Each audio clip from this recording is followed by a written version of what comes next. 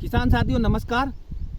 टमाटर की नर्सरी कैसे तैयार करें व टमाटर की नर्सरी हम तैयार करने के लिए मतलब कब कब हम टमाटर की नर्सरी तैयार कर सकते हैं। तो किसान साथियों टमाटर की नर्सरी हम खरीफ सीजन में भी कर सकते हैं और रबी सीजन में भी कर सकते हैं। अभी रबी सीजन चल रहा है तो अभी जैसे जो फरवरी मार्च का महीना होता है, फरवरी मार्च के महीने में भी हम टमाटर की नर्सरी तैयार कर सकते हैं। और जो खरीफ का सीजन होता है उसमें जून जुलाई में भी हम टमाटर की नर्सरी तैयार कर सकते हैं और अक्टूबर नवंबर में भी हम टमाटर की नर्सरी तैयार कर सकते हैं। तो अभी जो रबी का सीजन चल रहा है, फरवरी और मार्च का महीना चल रहा है, तो फरवरी मार्च के महीने में टमाटर की नर्सरी तैयार करने के लिए हमें एकदम समतल खेत होना चाहिए और मिट्टी बलुई मिट्टी होना चाहिए। अच्छी दोमट मिट्टी हो तो मिट्टी का चयन करना चाहिए। और मिट्टी हमारी जो क्यारी हम लेते हैं वो क्यारी की चौड़ाई हम 1 मीटर ले सकते हैं और लंबाई अपनी आवश्यकता अनुसार ले सकते हैं। और मिट्टी की जुताई इस प्रकार करें कि उसमें मोटे डेले ना हो,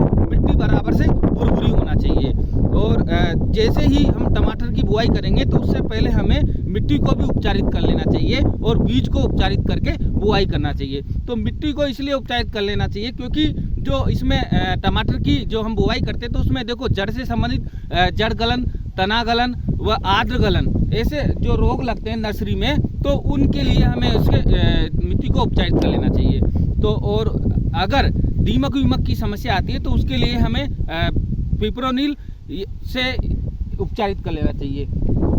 ये दोनों तीनों चीज़ें हैं तो उनसे हम इनको उपचारित कर सकते हैं। और उसके बाद जब हम बीज की बुआई करते हैं नर्सरी में तो बीज को भी उपचारित करके लगाना चाहिए। कार्बेंडाजिम प्लस मेनकोजेब से हम बीज को उपचारित करके लगा सकते हैं। और जैसे ये नर्सरी हम जो 1 एकड़ के लिए नर्सरी लेंगे तो उसके लिए हमें 100 से 120 मीटर वर्ग मीटर जगह की आवश्यकता होती है और 1 एकड़ जगह के लिए हमें 60 से 80 ग्राम बीज की आवश्यकता होगी।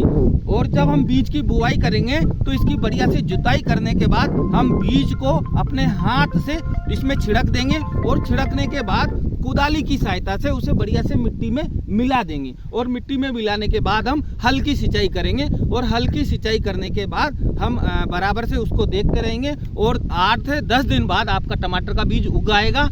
और आपकी जो टमाटर की नर्सरी है वो जब 3 से 4 पत्ती की हो जाती है या फिर 20 से 25 दिन का हो जाता है तो वह दूसरे खेत में ट्रांसप्लांटिंग करने के लिए हमारे टमाटर की पौध तैयार बराबर से हो जाती है।